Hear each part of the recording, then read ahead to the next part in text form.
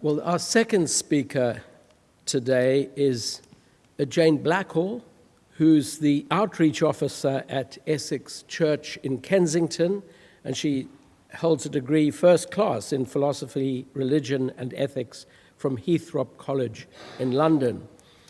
Jane will be speaking about models of God and the meaning of love, the connections between the models of God we hold and our understanding of sources of meaning and depth in our everyday lives.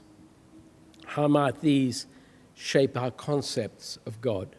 It's a great pleasure to introduce Jane to you all.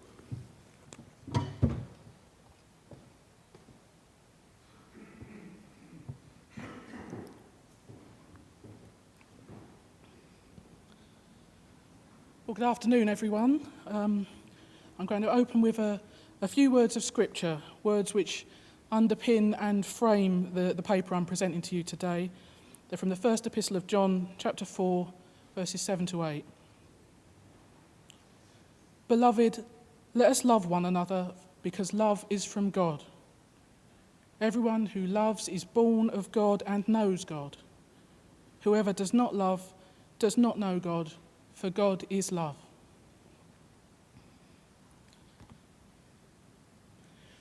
God is love is a powerful saying, one that shaped the Western religious imagination, also perhaps to some extent still an idea which has a wider influence beyond its Christian origins. To some extent it still persists in what we might call our post-Christian culture. However, as well known and as significant as it is, the phrase God is love is ambiguous. The terms God and love are both open to interpretation and understood in all sorts of different ways. So the well-worn questions, what are we talking about when we talk about God? What are we talking about when we talk about love? And what's the connection between God and love? Those questions are there in the background of everything I'm going to be talking about this afternoon. However, the initial motivation for the study and what follows is an abridged version of the dissertation that I completed at Heathrop College earlier this year. The motivation was my own frustration at having spent 6 full years studying theology and philosophy of religion at college without ever having really satisfactorily addressed that question, what are we talking about when we talk about God?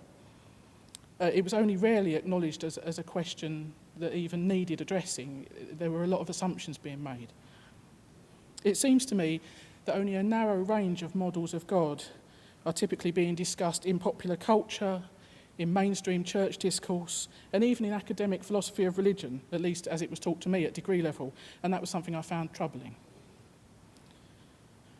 My own personal context as a member of a Unitarian congregation, a liberal religious group, within an increasingly irreligious society, gives me a particular perspective. I'm aware, on one hand, of the great diversity of God concepts that are held by religiously literate Unitarians and other liberal religious people. On the other hand, I'm aware of widespread rejection, bafflement, even scorn at any notion of God whatsoever amongst a significant section of the wider population, including a fair number of my very sensible friends outside the church. So for this reason, I wanted to look more deeply at models of God and try and bridge the theological gaps between secular culture, academic discourse, and my own religious context. The way I went about this was a little bit unusual. I used methods inspired by the developing field of ordinary theology to explore concepts of God, experiences of love, and the connection between God and love as understood by reflective people outside of the academy. I carried out some original research surveying what people, believers and unbelievers alike, really thought about such matters and how their religious outlook related to their other life experiences.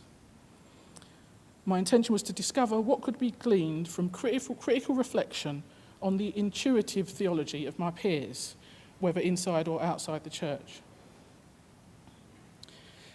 So in this preamble, I want to say a little bit more about ordinary theology to set that up for the benefit of anyone who's not familiar with that idea. As I understand it, the phrase ordinary theology was coined by someone called Jeff Astley, who defines it as the theology and theologizing of Christians who have received little or no theological education of a scholarly, academic, or systematic kind. And he's also of the opinion that this concept of ordinary theology might be extended to include the reflection of those who are agnostic and atheistic.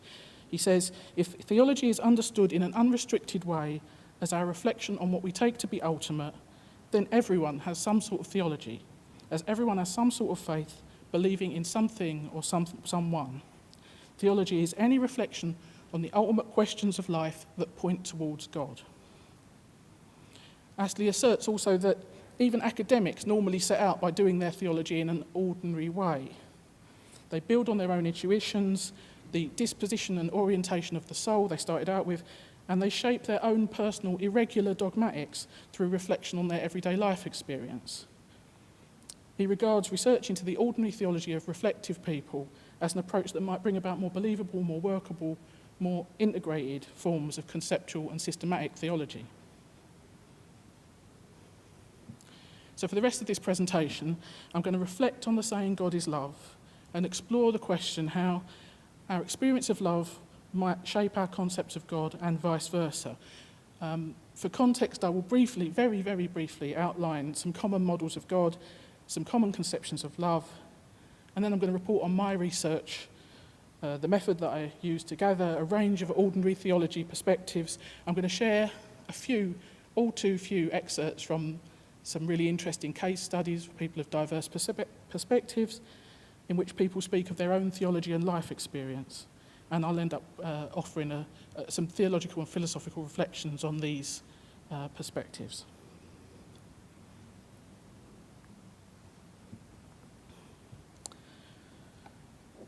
So to begin, let's consider some models of God. The word God is ambiguous. In different contexts, amongst different groups of people, different models of God tend to be assumed by default. There are variations between religious traditions and within religious traditions. It could be said that every individual believer's theological outlook is unique. This lack of coherence should hardly be surprising.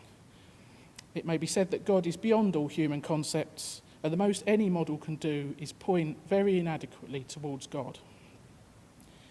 Theology may be thought of as the attempt to provide mental forms through which aspects of divine truth may be communicated to the human mind. So I'm just going to mention a very few of these mental forms, these key models of God, which are common in academia, in the church, and in the wider world. In our present secular, post-Christian culture, many non-religious people's understanding of God has been influenced by popular depictions of God as a man with a beard in the sky. A more sophisticated working out of this image might regard God as human in character, but immortal and invisible, a mind like ours, though better, out there somewhere, perhaps just beyond the edge of the universe, a separate being. There are still very many people who think God is quite straightforwardly a supernatural person of this sort. A different take on God, one shaped by the work of Augustine, Anselm and Aquinas, is typically presented by academic philosophers of religion. The God of classical theism is the omni-God, omnipotent, omniscient, omnibenevolent. There's a number of other classical properties which have implications that can be baffling. It's a very abstract model, and as the theologian and Anglican priest Keith Ward puts it, the God of classical theism can be hard to square with the traditional view of the Christian God as busy listening to prayers, deciding which ones to answer, and engaging in long discussions and arguments with the patriarchs and prophets. These two models of God, sometimes referred to as the God of the philosophers and the God of sacred scripture, stand alongside each other in tension within the monotheistic traditions. An alternative model of God, and one which seems to be gaining traction in recent years, is offered by process theology. Process theology has been described as a philosophical theology, not grounded in claims of special insight or revealed truth, but in philosophical reflection alone. Alfred North Whitehead, the originator of process philosophy, had no interest in a supernatural God who was an exception to metaphysical rules. Process theology typically involves a panentheistic view in which everything that exists or has ever existed, past and present, is in God. God pervades and interpenetrates every part of the universe and also extends beyond time and space. Prominent process theologian John Cobb reflects, every occasion in the world incorporates into its own life some aspect of the divine. Meanwhile, God incorporates all that happens in the world into God's own life. Everything creatures do or say or think or feel makes a difference to God. That means what human beings do to other human beings and to sparrows, they do also to God. End quote. So moving on from models of God to conceptions of love, philosophical and theological reflections on love tend to focus on three main forms: agape, eros, and philia. Agape is selfless, altruistic, giving love, traditionally the one that's associated with Christianity. Eros is love which involves desire. It might be said to affirm that which is beautiful, valuable, and good. Philia refers to friendship, a bond of mutuality, reciprocity, goodwill, and cooperation. Contemporary thinkers, particularly psychologists, might add a number of further distinctions to this list. However, in reality, the boundaries between the different forms of love are not always clear. In the biblical quotation from John, God is love, the Greek word agape is used. And the influential theologian Anders Nygren claims that agape, this altruistic, universal love, is the only truly Christian form of love. However, according to Thomas Ord, the wider scriptural context seems to suggest that love should be interpreted more broadly than our modern understanding of agape might suggest. Throughout the scriptures, God both inspires creatures to love with philia and eros and expresses these forms of love towards creation. Provided philia and eros are defined adequately, one should regard God as expressing these forms of love. So says Thomas Ord, and we'll touch on what defined adequately might mean later on in the talk. There is a strand of thought throughout history which claims that love, properly understood, may be seen as the unique principle, motivator, and animating force of all activity. That's as much context as I can give, given our time constraints today. Obviously, we could have weeks and weeks of conversation about models of God and models of love, so bear in mind that that's a high speed run through some very large topics. So I'm going to move on now to details of the specific bit of research I carried out.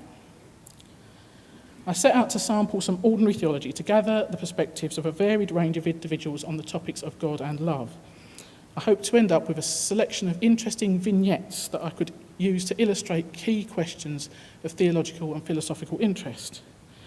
I recruited 70 potential participants in the first instance via social media, and these volunteers were then sent a questionnaire consisting of 11 open-ended questions about their understanding of the word God and of the word love, their theological outlook and religious affiliation, if any, sources of depth, meaning and value in their lives, ways in which they'd experienced depth, meaning and value in loving relationships in particular, ways in which they felt they'd encountered God through those loving relationships, and finally their own understanding of that phrase, God is love. Amazingly, I got 44 questionnaires back, and there was some really rich material. Participants were spread across the range, 22 to 78 years, and quite well spread across that range. 28 women, 13 men, 2 genderqueer and 1 agender. The largest group of respondents, not that surprisingly, nearly half the people were Unitarians or Unitarian Universalists. 6 Christians of various denominations, a Quaker, a Wiccan, 3 with dual affiliation, and 13 with no religious affiliation at all. This particular profile of respondents reflects my own religious context and my social networks. And I just want to say in passing, a lot of the people that filled in these forms commented that they'd really enjoyed the process of reflection and the question. So if anyone wants a copy of that questionnaire, just to do as a personal spiritual exercise, let me have your email address afterwards and I'll pass that on.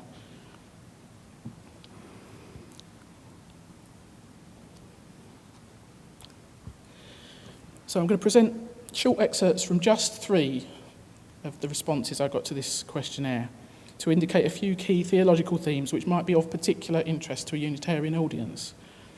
These all too brief vignettes are intended to present the theology of these people in their own words. Number 1, someone I'm going to call Julia, an atheist humanist female aged 32. Julia says, I'm an atheist, so if I use the word God, I'm substituting an idea of what I think other people might use it for. It's hazy, but generally a male, white, bearded interventionist who sits on a cloud being alternately cross and happy with humans. If somebody else spoke about God, I'd assume they meant a similar thing to me, the Abrahamic God. I don't believe there is anything supernatural in the universe. I find depth, meaning and value everywhere, in people, in nature, in science, in music, in food, in gardening and singing and dancing, in my students, in my colleagues, in pebbles, in everything I can see and in things I can't see. Life gives value to life. I don't need anything else. I reflected on the saying God is love a lot when I was younger. Maybe that's why I prioritise love so much now. To me, this statement says as long as you've got love, you don't need God. Some people might need to worship something or need something to ascribe randomness to. They can have God. I'll worship love and dedicate myself to love, thanks very much, especially if they're saying the same thing anyway. What difference does it make? But I have a problem with them saying God is love. It isn't. Love is bigger and better and more real and a better force for good than God. I think Christians piggyback on the idea of love, stick notions of God on top, and that does love a disservice. Strip it away. So that's what Julia had to say. Similarly, caricatured and somewhat naive God concepts were offered by several participants. Julia does assert that a focus on loving attitudes and behaviour is sufficient for a good and meaningful life, and that this concept of God is an unnecessary addition. And this view was echoed by a number of atheist-identifying participants in the project, including some who had a more open-minded, perhaps a more sophisticated understanding of what others might understand by God. But nevertheless, they regarded this as redundant. On to the second vignette. This is someone I'm going to call Rick. They're a Quaker, they're genderqueer, they're aged 38. Rick says, God means something like this: love, the source of love, of lovingness, of that which inspires lovingness, specifically not narrowed down to a particular sort of love, including loving acts or intentions towards strangers and towards the whole world. A distributed phenomenon rather than a discrete person. I describe myself as a theist if and only if I can explain what I mean by God. Otherwise, I say it's a bit more complicated than that. I'm not agnostic because I absolutely believe that what I mean by God exists. I'm either an atheist or a theist, depending on your point of view. God is love includes behaving in a loving way to all people, not just loving the people closest in my life. When I talk about that of God in everyone, I mean the impulse in people to do that. I am at best agnostic about an interventionist God or gods. I'm not entirely sure that the existence or not of an external being is a question that needs answering anyway. I do believe of the presence of God, I do believe in the presence of that of God in everyone, that everyone is important and sacred, that my best chance of experiencing the divine is in my interactions with other people and with the world. I think all of my significant loving relationships nurture in me a focus of thinking and behaving lovingly in general, not just within those relationships themselves. That is God for me. So Rick's response, amongst other things, highlights the diversity of understandings of the word God, also of the labels atheist and theist, which are present amongst reflective people of faith. And this diversity was quite apparent in the questionnaire responses, even amongst people of the same denomination. Rick explicitly identifies God with love and with behaving in a loving way to all people. So Rick's theology and loving relationships are closely interwoven from the start.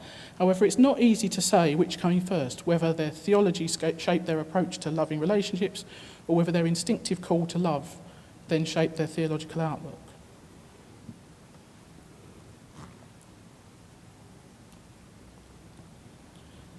The third and final vignette is someone I'm going to call Nancy. They're a Unitarian Universalist and a pragmatic naturalist, female, aged 60. Nancy says, I use the word God to signify something beyond and encompassing all of what is. I have a hunch or intuition of there being a mesh or fabric that we're all part of and that we rarely, if ever, see.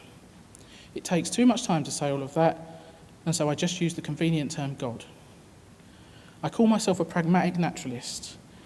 I am a pragmatist. What is most important about what we believe is not some ultimate truth claim, but if the belief enables something good to come into the world. Goodness lies in the expansion of love in the world through kindness and compassion. If a belief in God as a supreme ruler helps an individual to do that, then it's a true belief. It's what works that matters. Love means the capacity to be vulnerable and open to another and the world in its brokenness and sweetness, and to act upon that experience in ways that create greater connection and care in the world. That's where depth and meaning are best found, in our ability to see that essential interconnectedness, the truest part of our humanity. That mesh or fabric underlying reality binds us all one to another. We are interconnected on the deepest level of life. That's what God does, what God is. God and love add complexity to my life and push me in ways that I often do not want to go. They nudge me away from my tendency to judgment, my sarcasm and cynicism. It's a matter of faith for me that at the heart of all, God, that which binds us all together, is love. So Nancy acknowledges that her God concept is based on intuition.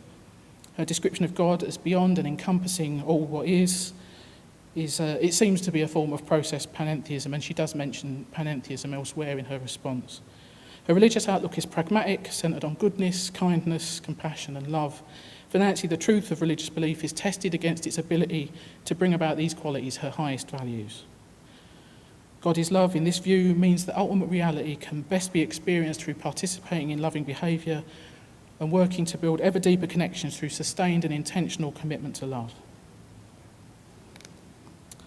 So I wish I could have shared more of the questionnaire responses with you. It was quite painful having to choose.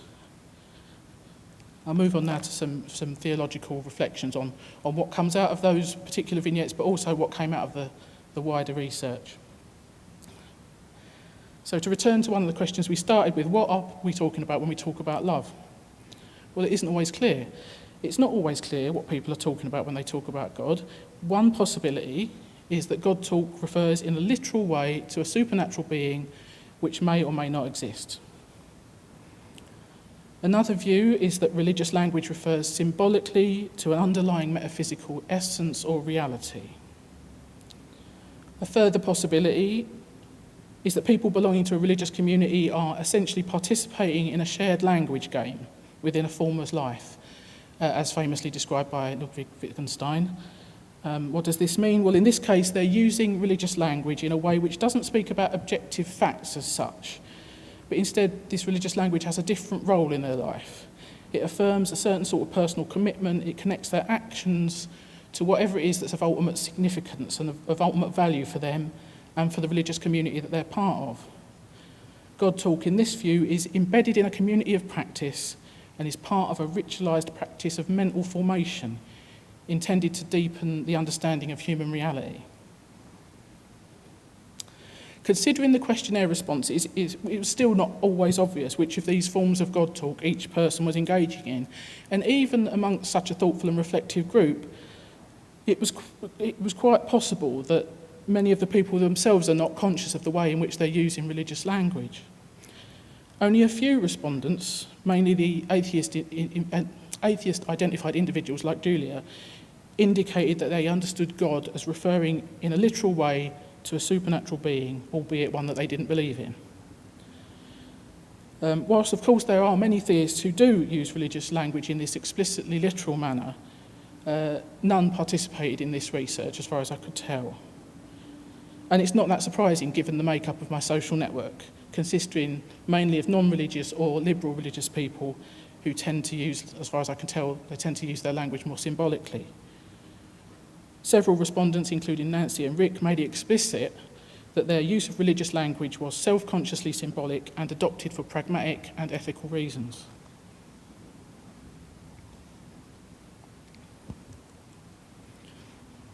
Keith Ward has done some interesting work on the use of symbolic religious language in a way that speaks to the central question of this paper.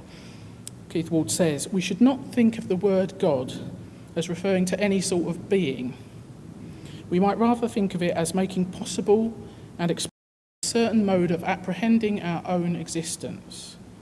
To make such an assertion as God is love is perhaps to have discerned in our lived experience of loving and being loved by others something that is worth ultimate commitment. End quote. Our lived experience, perhaps our experience of love in whatever form, may be the means by which we first intuit that there is a transcendent dimension to life. This insight opens up the possibility that love comes first. We may realise through experience that certain values, like love, are of supreme worth, and only then adopt a whole set of religious practices, symbols, rituals, and the attendant language to help cultivate those ultimate values. In this view, religious belief in the sense of intellectual assent to certain propositions is secondary to religious practice. And to quote Ward again, religious practice is, or ought to be, a practice of the formation of the self in virtue, in the proper excellence of being a truly human person. End quote. Our experience of loving relationships may shape our understanding of God. Our theology may in turn shape our understanding of loving relationships in a continuous cycle. Once we've adopted this religious way of seeing the world, we may then consciously seek to know God through loving. And this seems to resonate with a number of questionnaire responses from liberal religious individuals. Some seem to interpret their own belief as an intuition of God as the source of reality, existing independently of the world, whilst others appear to reject or remain agnostic about the existence of such a metaphysical reality and take an approach which might be described as non-realist.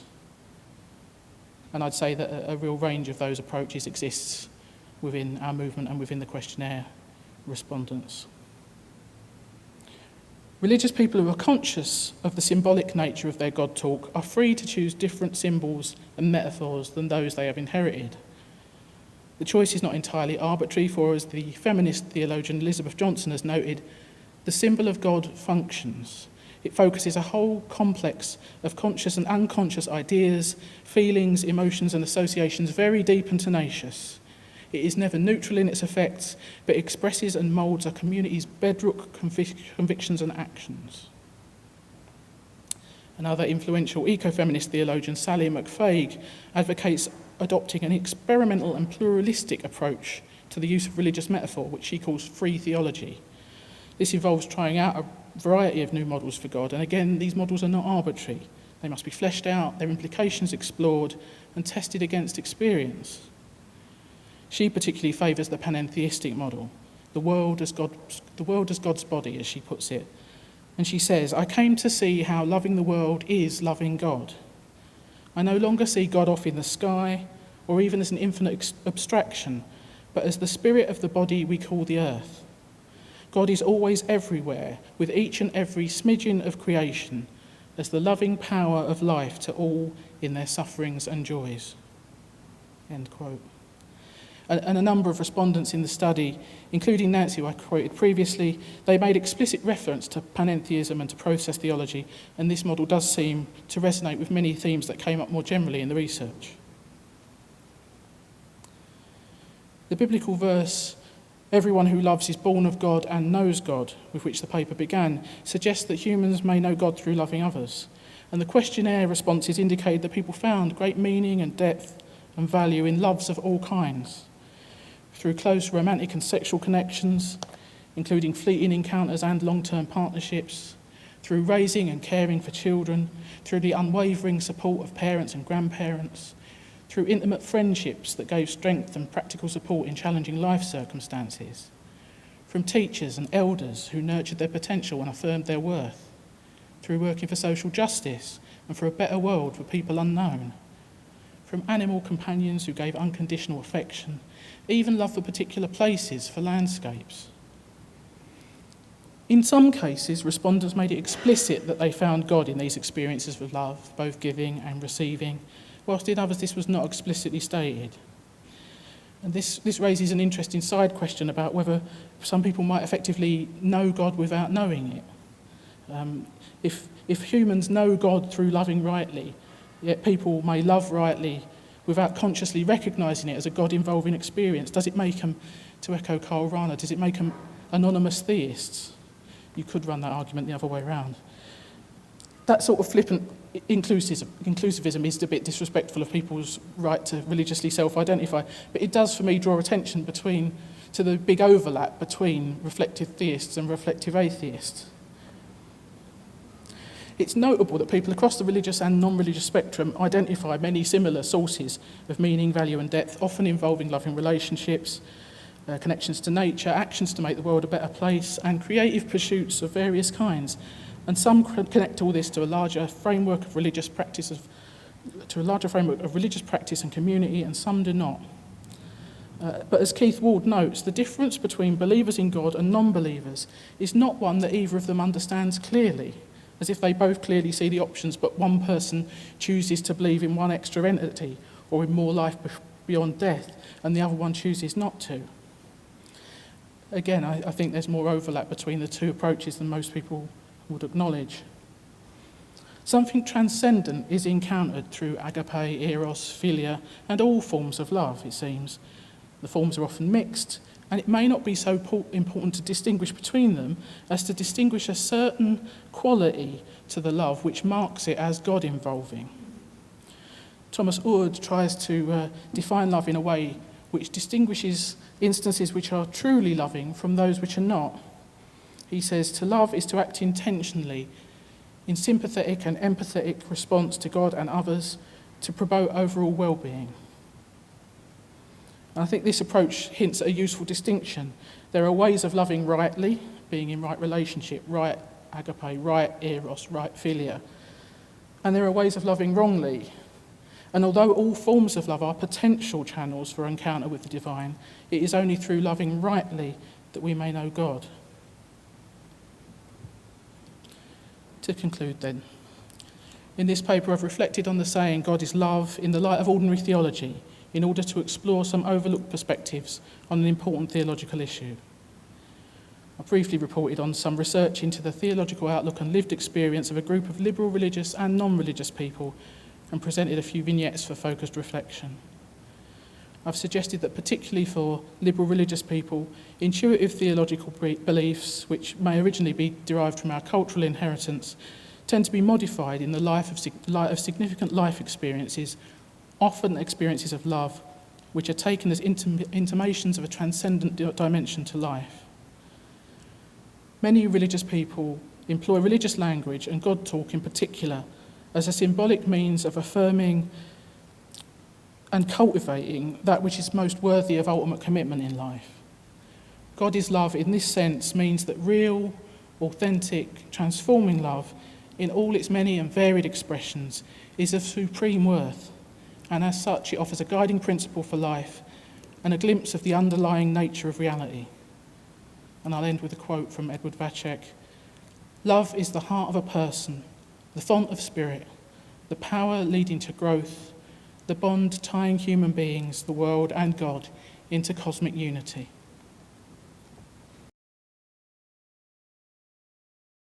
So I'd like to invite you now to make comments, questions on what you've heard this afternoon.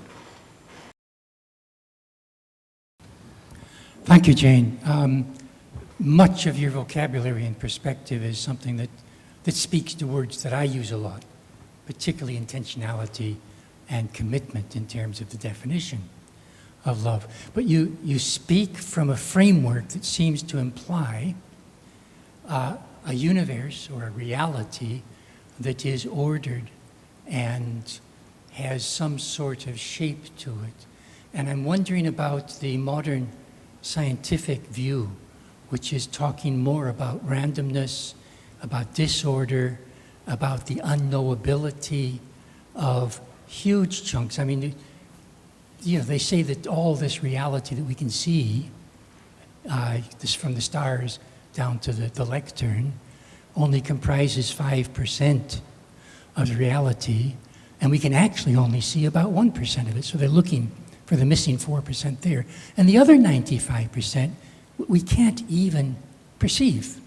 So what sort of reality would have a God of love if it didn't have that framework of stability? This is a slightly indirect response to that.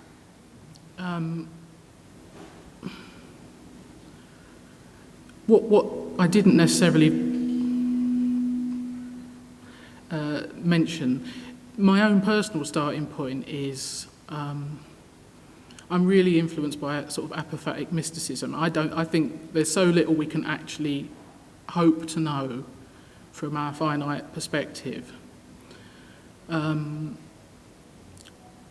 so to me, that pragmatic approach of, okay, we'll never know this, probably can't ever impose an orderly understanding on this incomprehensible cosmos and whatever's behind it, if anything, that I'm really drawn to that pragmatic approach that came out for quite a number of Unitarians in the survey.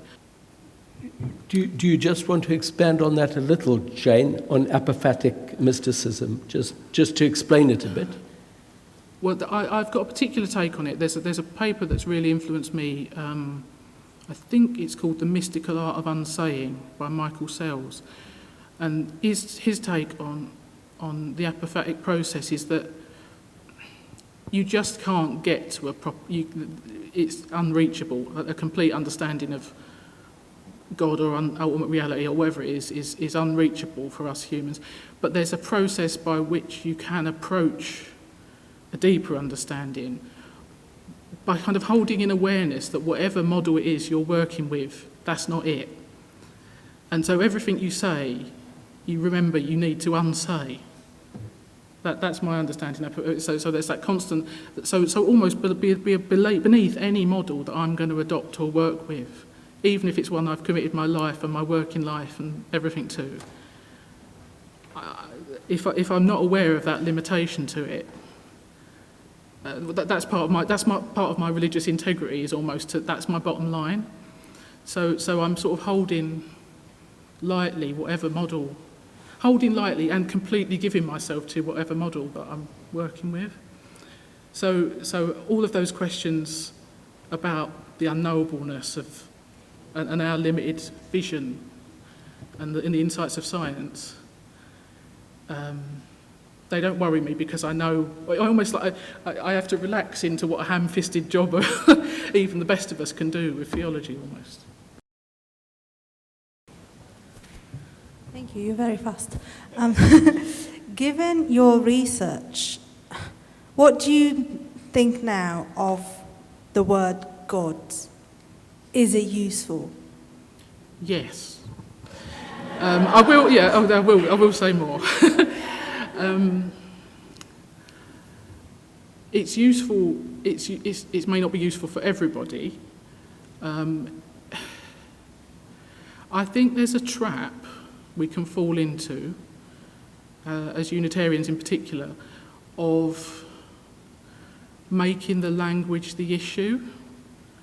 And just completely, continually avoiding dealing with the substance of what's behind it. So almost that was the sort of the theme I chose to bring out, because that wasn't the only angle of my research, but one of the things that's interesting to me. I think we're trying to do something really difficult as Unitarians.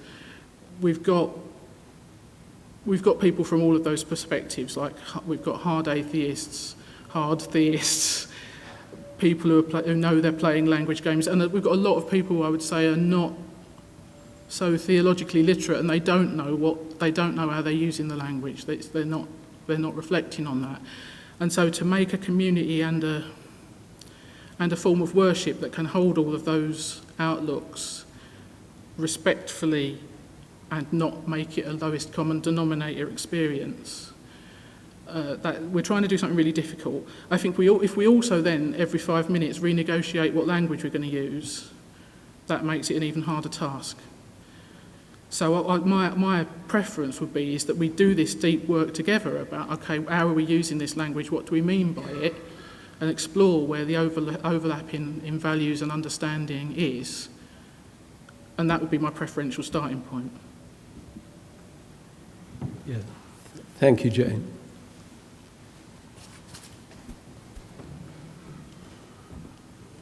Just to slightly expand on that use of language, if you take the label God, and then decide what can I cram into that will fit that label, or if you can go the opposite way around and take beliefs, feelings and theologies, and when you've arrived at something, and then call that God. There's a difference between the two approaches. I don't think it's quite language games, but depending which way you start off, you're going to get a completely different understanding of what God is. If you start off with a label and fill it, or find something and then call it God. So what type of approach is most valid? We find ourselves situated in a tradition which is part of a wider religious family. I don't think we can just pitch up and define God however we like. We've got to make some continuity with that which has gone before and that which is around us. So when I say language game, that is like in the strict Wittgensteinian sense of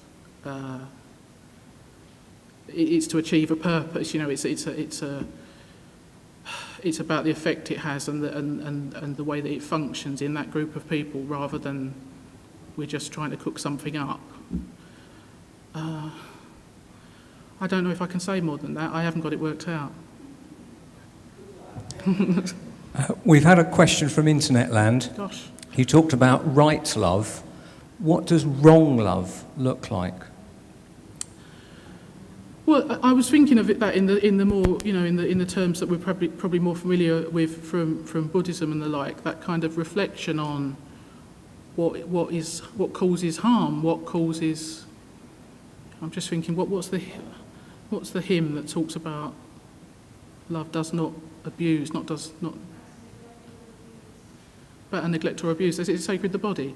Just, you know, that reflection on you can't call it love if it's causing harm.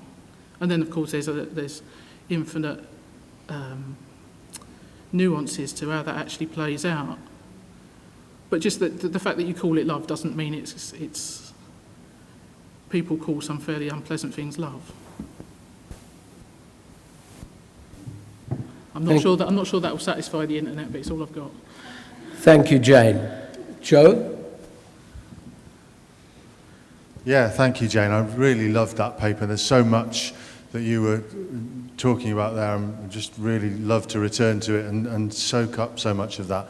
In particular, though, I really value the work that you're doing uncovering commonality between theist and atheist, and the way that you're able to articulate what has been on the edge of my articulation for quite a long time, that actually sometimes we are talking about the same thing and still managing to fall out over it.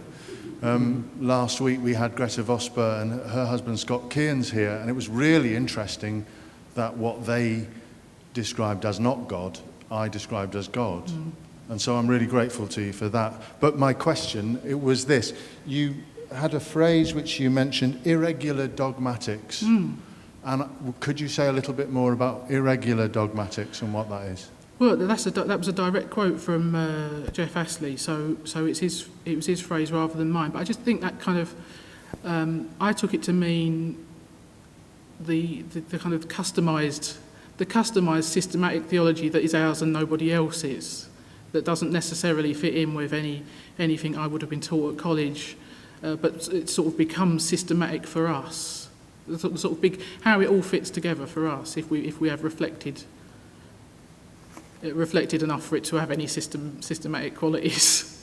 So that would be a personal or, yeah, a denominational dogmatic? That's interesting. I took it to be personal in that quote, saying almost that everyone, including all the academics working in this area, they're starting from their instincts. There was a whole section. It was so painful.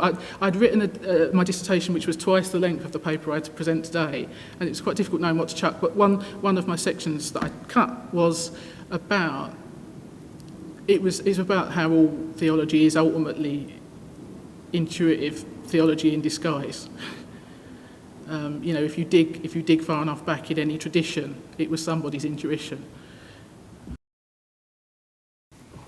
Actually, following on from Joe, and really more a comment, I agree with Joe that overlap between what somebody might call theistic and what you might call atheistic. I especially valued your comment, and I can't remember exactly what you said. You said something about being respectful of a person's right to their own self-designation, and I think that's terribly important. I think it's very easy for us to say, oh, actually, what you're describing yourself, you're really the same as me. You're really either you're really a Unitarian or you're really a theist. I mean, I've had this argument, just for an example, with my brother, who he self-defines as an atheist. And I say, yeah, what you're describing to me, I think you're more of an agnostic. And he said, yeah, maybe so, but I choose to describe myself as an atheist. And absolutely, we have to give each person the right to self-define, even if you think their explanation of what they're defining is the same as what you give a different definition to. And that makes the language game even more tricky. Yeah. And what I would just add to that is, in those settings, I would feel a responsibility to sort of say, you know that I'm not the theist you think I am.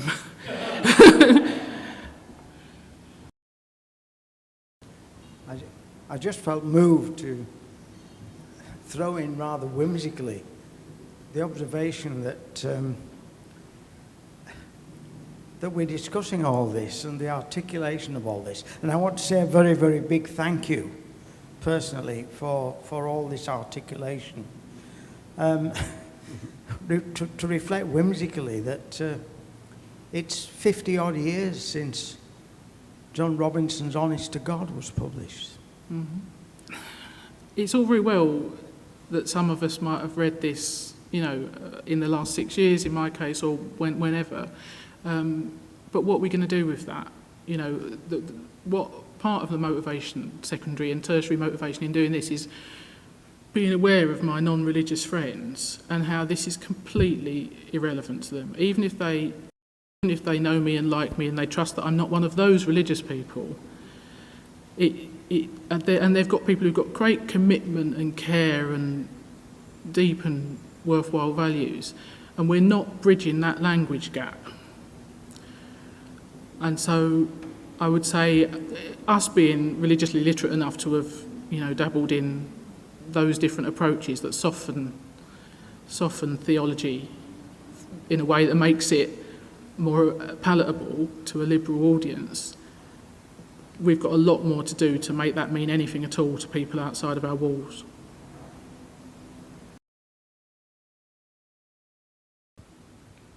And that's the difficulty with language games. I mean, I quite agree with the concept, and we use language games, but we also want to communicate with others who either play different language games or are not literate, as you put it very nicely, in the concepts that we use, that we, whoever we is. And the danger with language games is that you start to turn around within your own circle. Yeah. And then the question is, how do you make contact with others? And also, what I think is very important, how do you keep the continuity and the contact with the past? Yeah. And I don't know the answer to that, but I know and I recognize the difficulty, and I think I very much appreciate how you've expressed it. And I have lots of friends also who think I'm mad to go to church, but when you start to talk to them, you find that you've got a lot in common, but how on earth do you find that language since the secularization of society and the falling away from the church and the splitting up? And I think there's a very, very important task, for whom I don't know, a very, very important task to try to make communication possible and meaningful.